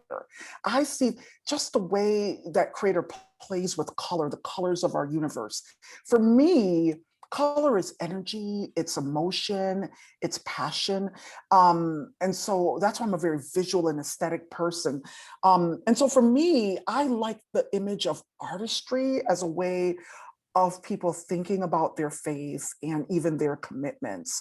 Because I do understand the artist to, and maybe I shouldn't, but I really do. I do understand the artist in many ways as the way we would understand the theologian as prophetic, as I do understand the artist as having a kind of ethical and prophetic role to play in society and social imagination.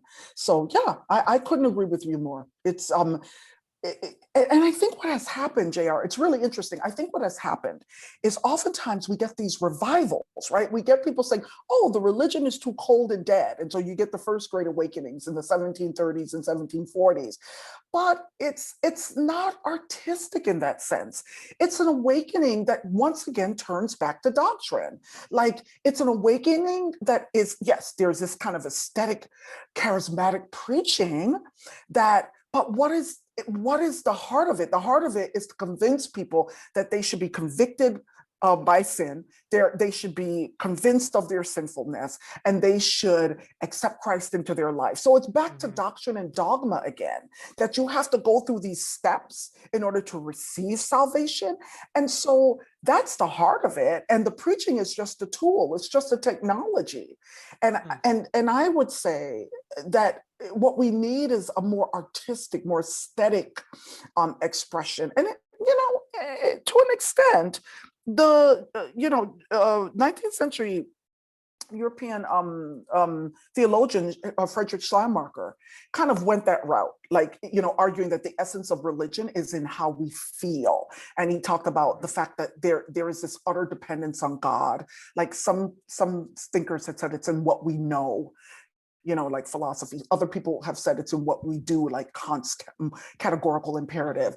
But Steinmarker said it's in what we feel, and really went that aesthetic mode. So that's what I do like about Steinmarker, part of romanticism and all of that. And unfortunately, Steinmarker, that kind of thinking leads to this kind of liberal progressive idea in Christian theology, and kind of in some respects led to what we see happening in Germany with the rise of Nazism, unfortunately.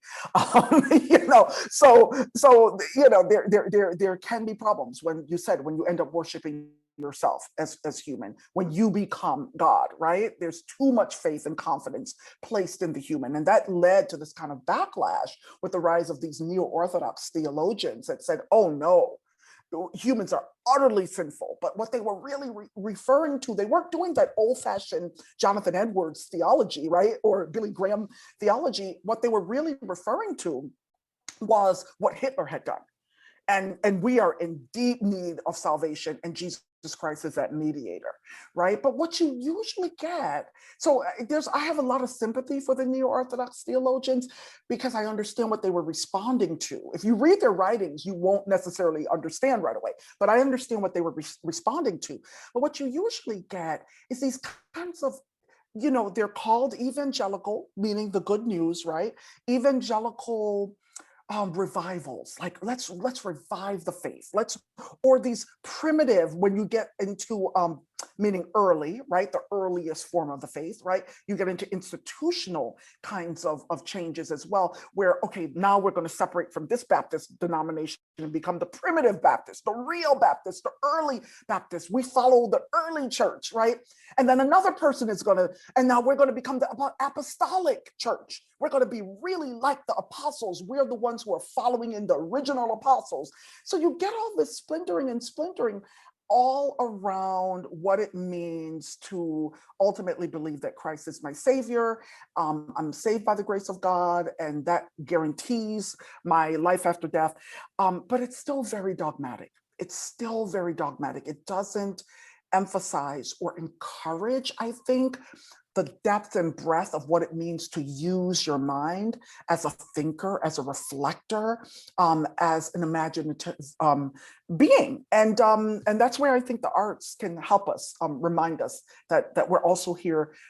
We're put on earth to play, to be artistic, to be playful with our interpretations with one another. Not a harmful play, but a play that's, I think, that has some sort of equilibrium to it, where you get the ball sometimes, I get the ball other times, Yeah. Yeah, I love artists' role in, I'll say reality again, because often it's an artist will reflect, in the way that we were saying, how gangs or type of emergent behaviors like that reflect the status quo. I would say that artists often reflect what is subversive and what is present but not open, right? Like, the founder of stand-up comedy, his name has completely eluded me. But he did a lot of that when he was getting arrested all the time, because he was saying things, was making fun of the status quo, right? And what he was reflecting taboos that were present and everywhere. And I think what's interesting about that type of cycle is that often the artist introduces something, it becomes the status quo, in a lot of the same way that you're talking about how thinking or religion can, become this something, and it requires a phoenix analogy again, right? An analog to say that something then needs to come in and destroy it and revitalize it and burn it up and then start itself again. And the mere process of doing that is going to yield exactly what it was destroying, which I think in our present moment and all of this, a lot of this cultural uproar that we're having right now and true chaos that we're having is another example of that. I think America has gone through a lot of cycles of this, and we're now present in another one that's more chaotic. personally, especially as somebody, I work in AI, I think technology and algorithms I'm incredibly worried about because of what it's changing and Mhm. how it seems like it's further sucking I'll use the word soul. It's like sucking our Mhm. substance and our connection to everything and our fulfillment Mhm. further and further and further. And Yeah. it's trying, like, things like not ever being bored, right? Or Yes. always constantly being stimulated and Right. brought to excess. Like I think we the Industrial Revolution, brought us the age of decadence, and I think now we're That's at right. entering the age of excess, where it's constantly just streamed to us, and our expectations of that and how it's changing us and unfolding. It's That's right. it's it's ramping up all of the problems further as a solution to them, and it's creating this virtuous cycle. Um, but what I like a lot of what you just said is that if we actually understand it in that way, we can perhaps change it. And I think an interesting way that, by way of, I brought him up last time we talked, ironically enough, John Coltrane and, of all people, Mike Tyson. I've kind of led to this thought of, you know, we all are artists. We are all creating something. If we're creating our own thoughts, sometimes we don't create our own thoughts, and we're running off of programming that perhaps was maladapted from our childhood or from some set of experiences, or perhaps a dogma that we are entrenched in. But we are all our artists, and really the medium, the canvas, is time. It's temporal, and Mhm. just like everything emerges out of it, it is our life is our canvas, and it is our choice in how we want to craft that and present that and expose that and subtle that. And the way that I look at that is that it engrosses everything from subtle little interactions you have with somebody as you're holding the door open with them, or you're talking on the phone with a bureaucrat that's frustrating you. All of these different intricacies are just means of you taking another brushstroke to what it is that is your life. Because regardless, back to this phoenixing, if you allow yourself to be grouchy enough because of your circumstances, and sometimes there's nothing to do but to be grouchy and rage against the machine, and that's totally understandable because there could be somebody with the boot on your neck. It's true. But back to, in the world, but not of it, it's in our place of creation and creating our own thoughts, and how our thoughts then create our own reality, that we should try to be an artist in our moments and in our present time. And from talking on the phone with you, which there's a few times of eeriness of feeling like I'm in the right place at the right time because of how many conversations I've had in the past 2 days colliding into this one. um, Wow.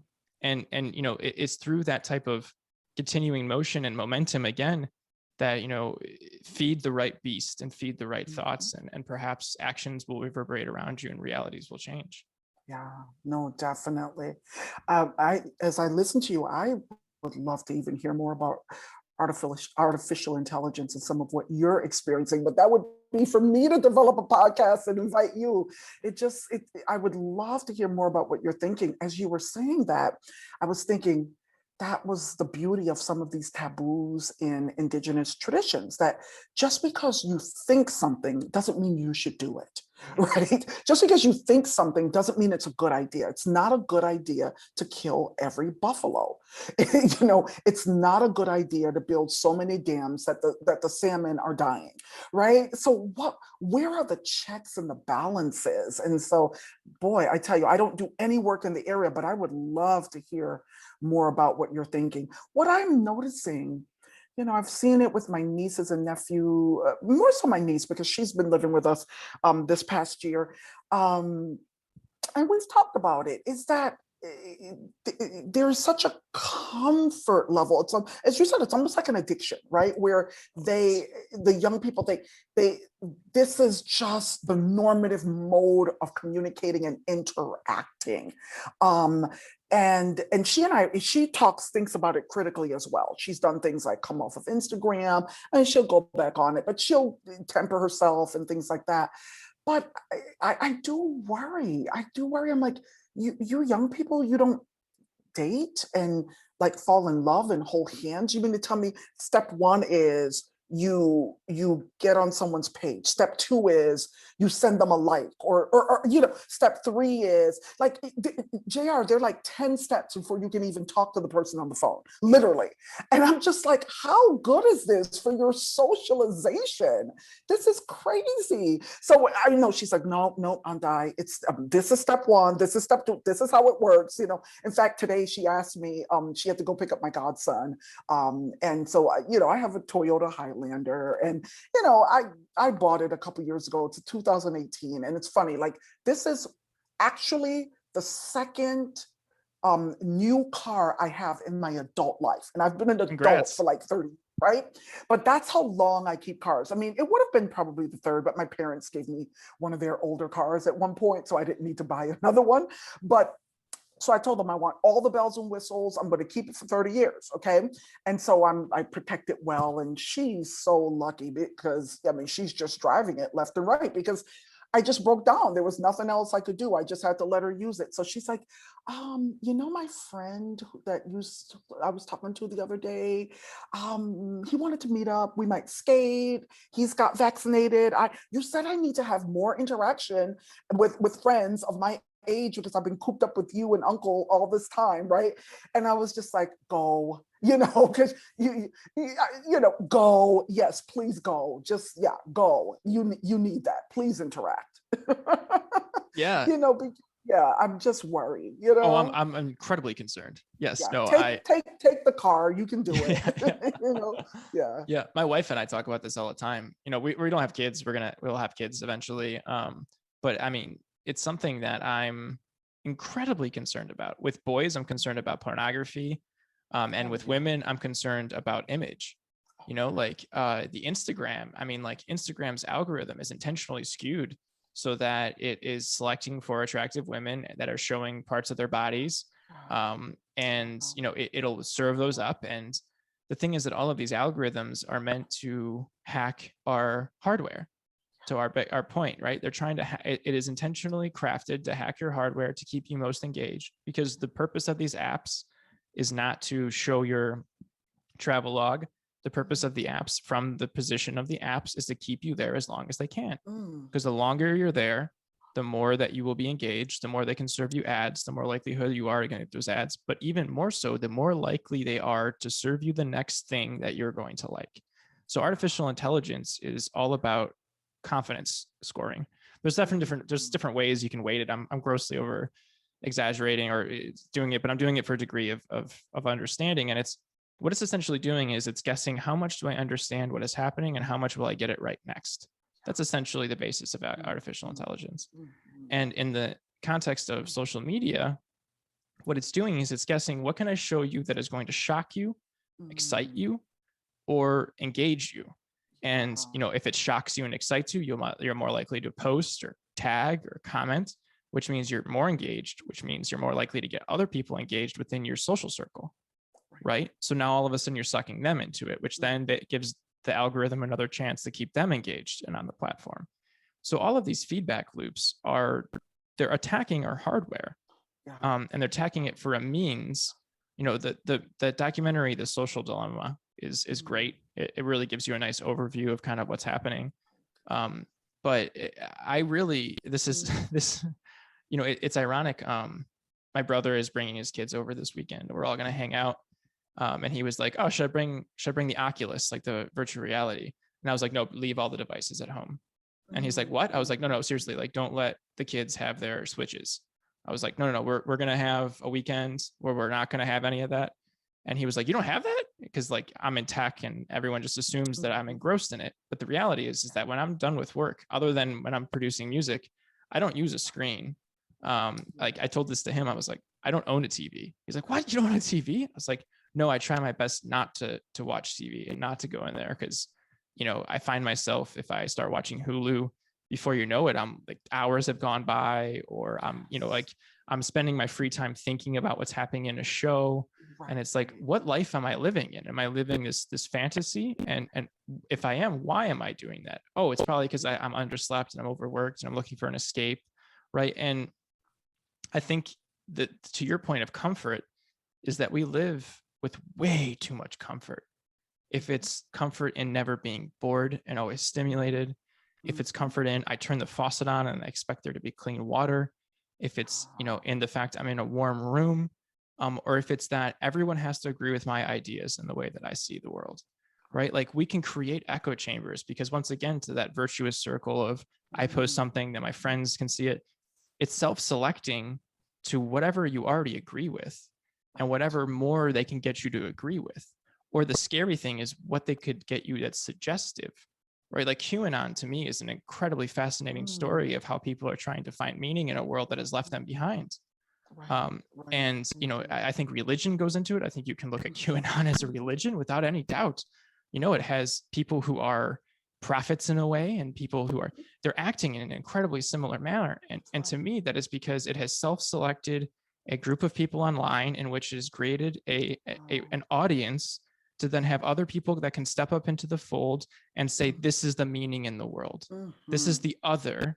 This is the reason for your lot in life. And, this is the way out. And, like, I like the Tao Te Ching a lot, like the Tao, the way, Taoism. And part of the reason I like it, I transform it into my own way. I like appropriating. I think as cultures and humans, we appropriate. Yeah, it's what it is. And like just like what is that? Imitation is the most sincerest form of flattery. I think there's a lot of that. Yes, That's truth. yes. But in Taoism, Taoism, the Tao is translated, as the way, like a proper noun, the way. I like to make it more improper in the way of saying a way, right? Like this is my way of seeing the world, my philosophy, my reality, the way I see it. And I think if you look at it that way and you impose that type of analog, you can understand QAnon as their way of trying to see the world. But my personal fear, and I think David Bowie in an interview in 1999 actually says it best, is that the internet is fracturing us into different echo chambers. And my concern with that is what becomes normal in those echo chambers, from social norms and development, like what you just said, to like images of self, in the way that I say about, like, how do I view myself, what is considered pretty, what is considered wanted. And it's going to further, I think it's an inevitability that it's going to further fractionize us. And we're going to almost become different people and different cultures and different ways of viewing ground truth going forward, which is incredibly concerning. Well, I'm glad that you shared all of that with me, because I tell you, this world is new for me. And it's because of the book, Black Women, Black Love, America's War on African-American Marriage, my first public-facing book that I wrote, that I got into social media at all. I mean, to be honest, I did open a Facebook account maybe 15 years ago, just to monitor what my niece and nephew were doing at the time. And I never went on it. And so I just kind of made it real once the book was coming out. And you know how it is, your production team, they tell you, get on at least one social media. So I did that. I did Twitter. And then my niece was like, you've got to do Instagram too. The thing, it's almost like I'm experiencing it as a researcher as well. Not that I'm doing any real research, but it is fascinating me. The things that people will say, the things that they share. Like, why would you even waste your time to even hit send on something like this? What, really? This is the only form of entertainment you have? You can't find something to do with yourself? It's unbelievable. So one of the things I never do, I never just talk.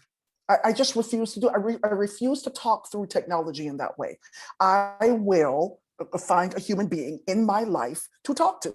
Like people on Twitter, they just make comments. And I'm not gonna lie, sometimes they're funny, sometimes they're sarcastic, they're interesting, but I'm talking about not even about like some major political thing that happened, right? Just things about culture or their lives, their children. Why? I don't understand that. Why am I cultivating a relationship with all these people that I don't know through technology? And if it's because I need it, then that's sad. That is not what we need. We need you to not need it. Now, I know it can be helpful for things like, oh, let's stay in touch as a family. And it's been nice, especially during COVID. I've had quite a few deaths in my family. In fact, my first relative died from complications due to COVID in Jamaica not too long ago. And Sorry it to was hear just that. great. Thank you. It was great to get the whole family on board through social media. And it was really, really good. So, keeping up with one another and things like that, where you already know people, right? These are your family members that you're communicating with. But this kind of way that people, like, they're living their lives, they're living their social lives through these technologies. I have a deep aversion to that. I don't understand it, and I just have a very, very deep aversion to it. It often begs the question of which is their real life. And Yeah, that's the indeed. part that really concerns me. So Yeah. my grandparents had a really outsized hand in raising me. And my Mhm. wife actually says this all the time. She's like, I know your parents and I often wonder who raised you. And she said, my grandfather passed away when I was in high school. But when she challenged that question to me, and it made me think a lot. And I reflected back on this and I meditated on it. And I came to the realization that my grandfather is like, it is striking to me when I really think about it. It makes me a little emotional even saying it, how much I am almost so much like him. Like Mm, the yeah. way that, okay, like during COVID, I never not didn't wear a button up. You know what I mean? Like that I was always getting Right, dressed. The right, way that I methodically go about things. right. The way that like like my mom and dad had my brother my oldest brother, the first in our family, as an accident. It wasn't meant to happen. There's a set of really unfortunate circumstances when everyone kind of found out about it, Mm, and how my grandfather reacted to it to my mom. So he was my dad's stepdad. To mm, how my mom's mom reacted to it was he pulled her aside and said, I know you're angry right now, but you're going to go for a walk with me first. And he mm. would do that. Yeah, Like if people would and this is an incredibly stressful situation. There's a lot of yeah, emotions flying. And yeah, he took the hand to say like, no, yeah, I'm going to go take you for a walk and we're going to talk yeah. about what this is first. Yeah. And he would do it all. He did it with me when I Wow. stole some cigarettes from him and he found out, there's all these different things. And what it is getting me to reflect in my own life is how, yeah, I am a millennial, but in so many of the ways I reject all of this is because of the Mm, fact that I was raised on a farm for several years with somebody where we had to contend with things that most of people my age wouldn't have had to contend with, right? yeah, Like a storm is coming, we might lose the power. That means we're gonna have to get things ready in case we can't, walk outside because it might be too raining and too windy yeah. and debris might be flying. Like all of these different types of things. But it's gotten me to look where I feel like an alien on social Mm, media. So I definitely look at it in that I could way. imagine. But it almost makes me feel like I'm straddling this world that is in a lot of ways dying, which is a different way of interacting with each other, a different way of connecting with each other. And then this new world, which is emerging, which is one where you see me in person, but my real life is somewhere digital. Yeah, And it really makes me worried for where we're going to go indeed, and what indeed. we're going to allow to happen because of a sense of difference that we don't see in the real life that we see Mm, and by real life, I mean like, see, it's difficult for me to say this because I it's all know. reality, Yeah. but I mean like physical, right? Like I can Hmm. touch you, like what we're going to Yes. allow in that space if I can touch you Yes. concerns me. And Mhm. in the same ways that you brought up how that theology can lead to Nazism is in the Yeah. same way that I am concerned about this, which is why Yes. I am very concerned about compliance of ideology. Yes. Yes, indeed. Wow, that's a great last word. That's a great. Maybe I'll have it and say there's, parental love is essential, but grandparent love is special. There's nothing better than grandparent love. Definitely, Yeah, definitely. yeah. And Mhm, I wanted to actually focus this talk on technology and things like that. So perhaps next time mhm. we could talk that if you would grace me with some more of your time. Oh, sure, Yeah. absolutely. I'd love to. Yeah. Yeah, it was great. I'm gonna stop the recording. Thank you so much for talking with me. This was Oh, incredibly yeah. I illuminating and enjoyed full of it. wisdom. I I enjoyed it. I tell you that not watching TV is serving you well.